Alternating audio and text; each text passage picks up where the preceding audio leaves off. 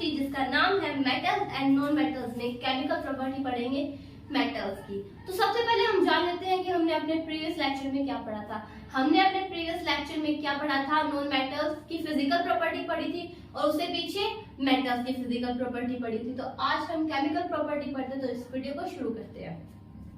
तो देखिए पहली प्रॉपर्टी क्या है इसकी, reaction of metals with air. सबसे पहले हम क्या करेंगे, मेटल की एयर के साथ रिएक्शन करवाएंगे। जब भी एयर का नाम आए तो आप समझ लेना कि किसी भी की रिएक्शन O2 के साथ मतलब ऑक्सीजन के साथ हो रही है। तो अब देखते हैं कि मेटल्स रिएक्ट विद ऑक्सीजन। जब मेटल्स ऑक्सीजन के साथ रिएक्ट करते हैं तब मेटल ऑक्साइड को फॉर्म करते हैं, मतलब बनाते हैं। क्या करते हैं, मेटल ऑक्साइड्स को बनाते हैं, जो कि नेचर में बेसिक होते हैं। क्या ये बेसिक नेचर के होते हैं, ठीक है। एग्जांपल देख लेते हैं, कोई भी मेटल लेते हैं, फॉर एग्जांपल Na, उसकी रिएक्शन हम किसके साथ करवाते हैं, ऑक्सीजन के साथ O2। तो हमें क्या मिलेगा, उसका ऑक्साइड मतलब Na2O, ठीक है। कोई और एग्जांपल लेते हैं, जैसे कि Ca+O2 कैल्शियम ऑक्साइड, CaO मिला हमें, यहाँ 2 है तो हम इसको बैलेंस कर देंगे। ये देखिए बैलेंस हो गया, ठीक है। तो देखिए हमें क्या पता चला, जब भी हम मेटल को ऑक्सीजन के साथ रिएक्ट करवाते हैं तो हमें क्या मिलता है, मेटल ऑक्साइड मिलता है। और ये बेसिक होता है नेचर में। नीचे क्या लिखा हुआ है, they are basic in nature, मैंने बता दिया। सोडियम एंड पोटेशियम मेटल, ये दो मेटल सबसे रिएक्टिव मेटल होते हैं, are stored under kerosene oil. Kerosene oil के अंदर इन्हें स्टोर किया जाता है, क्यों, to prevent their reaction with oxygen, moisture and CO2। क्या इन्हें इसीलिए प्रिवेंट किया जाता है, बचाया जाता है, ताकि ये ऑक्सीजन के साथ कार्बन डाइऑक्साइड और मॉइस्चर मतलब नमी के साथ रिएक्ट ना कर पाए। अगर ये रिएक्ट करेंगे तो क्या होगा, देखते हैं। They are so reactive that they react vigorously. और ये बहुत रिएक्टिव मेटल होते हैं। मेटल्स एंड नॉन मेटल्स में रिएक्टिव सीरीज आएगी, उसमें सबसे ऊपर जो होते हैं मेटल्स यही होते हैं सोडियम और पोटेशियम, ठीक है। रिएक्टिव होते हैं और ये रिएक्ट वाइगरसली मतलब बहुत जल्दी ही रिएक्ट कर जाते हैं। कोल्ड वाटर, ठंडे पानी के साथ रिएक्ट कर जाते हैं, इतने मतलब रिएक्टिव मेटल होते हैं ये। दे कैच फायर, और जब ये रिएक्ट करते हैं तो क्या करते हैं, फायर को कैच कर लेते हैं। कोई भी एक्सीडेंट हो सकता है, उससे बचाने के लिए इसे केरोसिन ऑयल में रखा जाता है, ठीक है। And start burning when kept open in the air. और अगर हम इन्हें खुला छोड़ दें तो क्या करते हैं, ये रिएक्ट कर जाते हैं, मॉइस्चर के साथ रिएक्ट कर सकते हैं, कार्बन डाइऑक्साइड और ऑक्सीजन किसी के साथ भी रिएक्ट कर सकते हैं एटमॉस्फेयर में।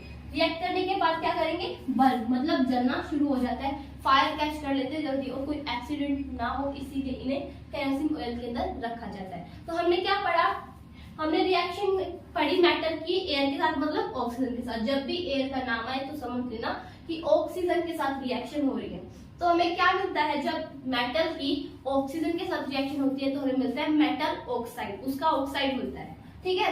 एग्जांपल है Na, मतलब सोडियम ने क्या किया, ऑक्सीजन के साथ रिएक्ट किया तो Na2O बनाया। यहाँ पर कैल्शियम ने ऑक्सीजन के साथ रिएक्ट किया तो क्या, CO मतलब कैल्शियम ऑक्साइड, जिसे हम कहते हैं लाइम वाटर। बेसिक होते हैं नेचर में। सोडियम और पोटेशियम मेटल को केरोसिन ऑयल के अंदर रखा जाता है क्योंकि ये बहुत रिएक्टिव मेटल होते हैं, जल्दी रिएक्ट कर लेते हैं और क्या फायर को कैच कर लेते हैं। इतने रिएक्टिव मेटल होता है अगर खुला छोड़ देना तो जल्दी ही फायर को कैच कर लेते हैं और स्टार्ट बर्न मतलब बर्न जलना शुरू हो जाते हैं। बहुत रिएक्टिव मेटल होते हैं, रिएक्टिविटी सीरीज में सबसे ऊपर होते हैं। तो अब हम क्या पढ़ेंगे कि हम मेटल की रिएक्शन पानी के साथ कैसे करवाते हैं। सो फ्रेंड्स, अब हम देखते हैं कि मेटल ऑक्साइड की रिएक्शन हम पानी के साथ कैसे करवाते हैं। तो मैं बता देती हूँ, जब मेटल ऑक्साइड वाटर के साथ रिएक्ट करते हैं, पानी के साथ रिएक्ट करते हैं, उनकी जब रिएक्शन होती है तब हमें मेटल हाइड्रोक्साइड मिलता है, मतलब कि हमें एक बेस मिलता है। तो हम देखते हैं एग्जांपल के साथ। और यहाँ क्या लिखा हुआ है, generally all metal oxide are basic. मैंने आपको बताया कि ये नेचर में बेसिक होते हैं। That means they react with water to form basis.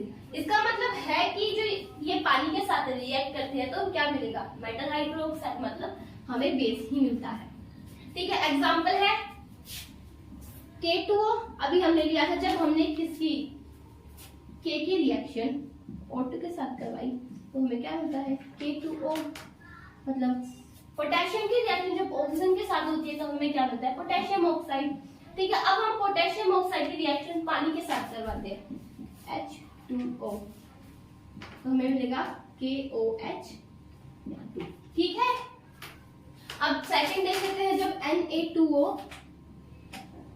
की रिएक्शन होती है पानी के साथ H2O के साथ, तब हमें उसका हाइड्रो ऑक्साइड मिलता है, मतलब कि NaOH which is sodium hydro oxide.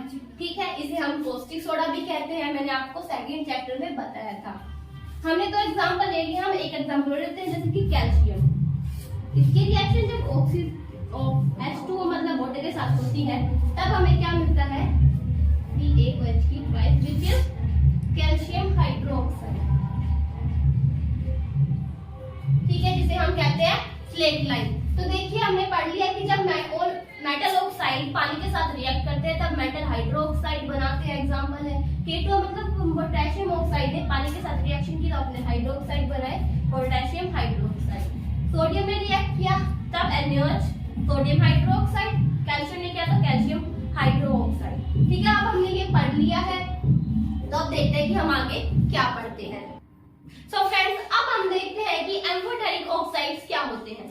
Amphoteric oxides का मतलब होता है कि ऐसे ऑक्साइड जो मतलब एसिड के साथ क्या एसिड का बिहेवियर भी शो करते हैं और बेसिक बिहेवियर भी शो करते हैं। तो देखिए oxides which shows acidic as well as basic behaviour are called amphoteric oxides. क्या ऐसे ऑक्साइड्स जो एसिडिक बिहेवियर भी शो करे और बेसिक बिहेवियर भी शो करते हैं, उन्हें हम क्या कहते हैं, एम्फोटेरिक ऑक्साइड्स। एग्जांपल क्या है, दो ही एग्जांपल है, Al2O3 और ZnO, एल्यूमिनियम ऑक्साइड और जिंक ऑक्साइड। आपकी बुक में दो ही एग्जांपल है। ठीक है, एल्यूमिनियम ऑक्साइड और जिंक ऑक्साइड। ये कैसे है ऑक्साइड्स, ये एम्फोटेरिक ऑक्साइड्स है, मतलब ये एसिडिक बिहेवियर को भी शो करते हैं और बेसिक बिहेवियर को भी शो करते हैं। तो देखिए यहाँ पर क्या लिखा हुआ है कि aluminium and Fe react with steam only. ये ऐसे तो मेटल है, सिर्फ ये भाप स्टीम है उसके साथ ही रिएक्ट करते हैं। Fe plus H2O that is Fe3O4 plus H2, ये रिएक्शन है। उसके बाद जैसे गोल्ड है, सिल्वर है, क्या Au एंड Ag, अगर हम इनकी रिएक्शन करवाते हैं, मान लीजिए हम इनकी रिएक्शन क्या करवाते हैं, Au की रिएक्शन करवाते हैं H2O के साथ और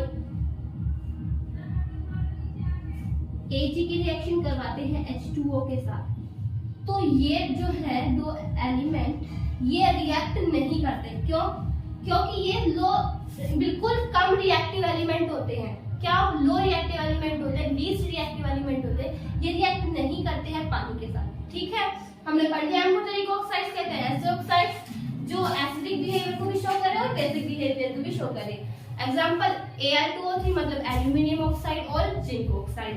यहाँ पर क्या लिखा हुआ है, जो एल्यूमिनियम और Fe मतलब आयरन है वो स्टीम के साथ भाप के साथ ही क्या करते हैं, सिर्फ रिएक्ट करते हैं। ये दो एलिमेंट एल्यूमिनियम एंड Fe। ठीक है, यहाँ क्या लिखा हुआ है कि जो सिल्वर है और गोल्ड है, सिल्वर और गोल्ड ये पानी के साथ रिएक्ट नहीं करते क्योंकि ये बहुत लीस्ट रिएक्टिव एलिमेंट होते हैं। तो हमने पढ़ लिया कि एम्फोटेरिक ऑक्साइड्स क्या होते हैं और अब हम पढ़ेंगे कि मेटल की रिएक्शन एसिड के साथ कैसे होती है। सो फ्रेंड्स, अब हम देखते हैं कि मेटल्स की रिएक्शन एसिड के साथ कैसे होती है और हमें क्या मिलता है।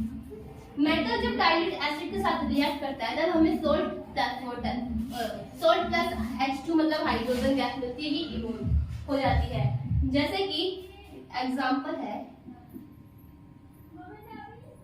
जब आयरन क्या करता है, HCl के साथ रिएक्ट करता है तब हमें क्या मिलता है, उसका क्लोराइड मिलता है, मतलब एक सोल्ट मिलता है FeCl2 और H2 क्या हाइड्रोजन गैस बाहर निकल जाती है। यार मतलब एल्यूमिनियम जब HCl के साथ रिएक्ट करता है तो उसका भी क्लोराइड ही मिलेगा जो कि एक सॉल्ट होगा। एल्यूमिनियम क्लोराइड और हाइड्रोजन गैस इवोल्व हो जाती है।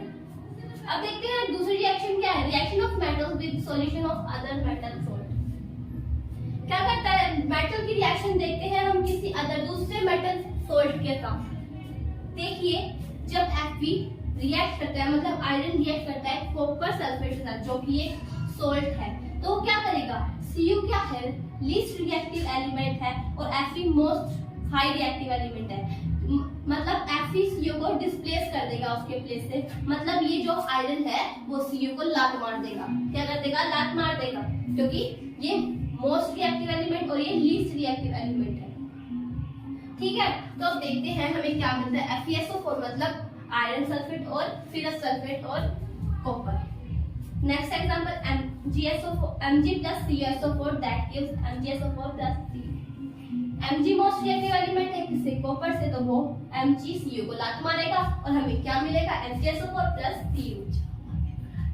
Cu मतलब कॉपर। फिर Zn है जो H2SO4 के साथ रिएक्ट करेगा, तो हमें ZnSO4 जिंक सल्फेट और Cu मिलता है। तो एक बार और देख लेते हैं, जब मेटल एसिड के साथ रिएक्ट करता है तो सोल्ट प्लस हाइड्रोजन गैस मिलती है। एग्जांपल है Fe प्लस HCl, मतलब जब आयरन ने HCl के साथ रिएक्ट किया, हाइड्रोक्लोरिक के साथ रिएक्ट किया, तब हमें FeCl तो उसका क्लोराइड मिला, मतलब आयरन का chloride, and H2 gas evolve हो गई। Al मतलब एल्यूमिनियम और इसने HCl के साथ रिएक्ट किया तो क्या मिला, एल्यूमिनियम क्लोराइड और हाइड्रोजन गैस इवॉल्व हो गई। Reaction of metal with solution of other metal oxide, जो रिएक्शन मतलब मेटल की रिएक्शन किसके साथ की जा रही है, अब मेटल दूसरे मेटल के सोल्ट के साथ, दूसरे मेटल के सोल्ट के साथ। देखिए जब आयरन रिएक्ट करता है CuSO4 मतलब कॉपर सल्फेट के साथ, तब हमें फेरस सल्फेट मिलता है और कॉपर मिलता है, क्योंकि ये जो कॉपर है लीस्ट रिएक्टिव एलिमेंट है, कम रिएक्टिव है, और Fe बहुत ज्यादा रिएक्टिव है। ये Fe Cu को लात मार देगा, फिर बेचारा Cu चला भी जाएगा, कहां से, अपने सल्फेट सॉल्यूशन से चला भी जाएगा, क्योंकि ये मोस्ट है, बहुत ज्यादा रिएक्टिव है, ये कम रिएक्टिव है ना। उसके बाद जो Mg है, Mg मतलब मैग्नीशियम रिएक्ट करता है CuSO4 के साथ और उसे लात मार देता है Cu को, तो हमें के साथ क्या मिलता है, MgSO4 और Cu। फिर Zn मतलब जिंक किसी साथ H2SO4 के साथ रिएक्ट करता है सल्फ्यूरिक एसिड और हमें क्या मिलता है, ZnSO4 और Cu। तो हमारा टॉपिक कंप्लीट हो चुका है, हमने आज केमिकल प्रॉपर्टी ऑफ मेटल पढ़ ली है। अगर आपको मेरी वीडियो अच्छी लगी हो तो इसे लाइक, सब्सक्राइब एंड शेयर जरूर करें। अभी भी आपको इसमें कुछ समझ ना आया हो तो मुझे कमेंट सेक्शन में लिखकर जरूर बताना। Thanks for watching my video. तब तक के लिए जय हिंद, जय भारत।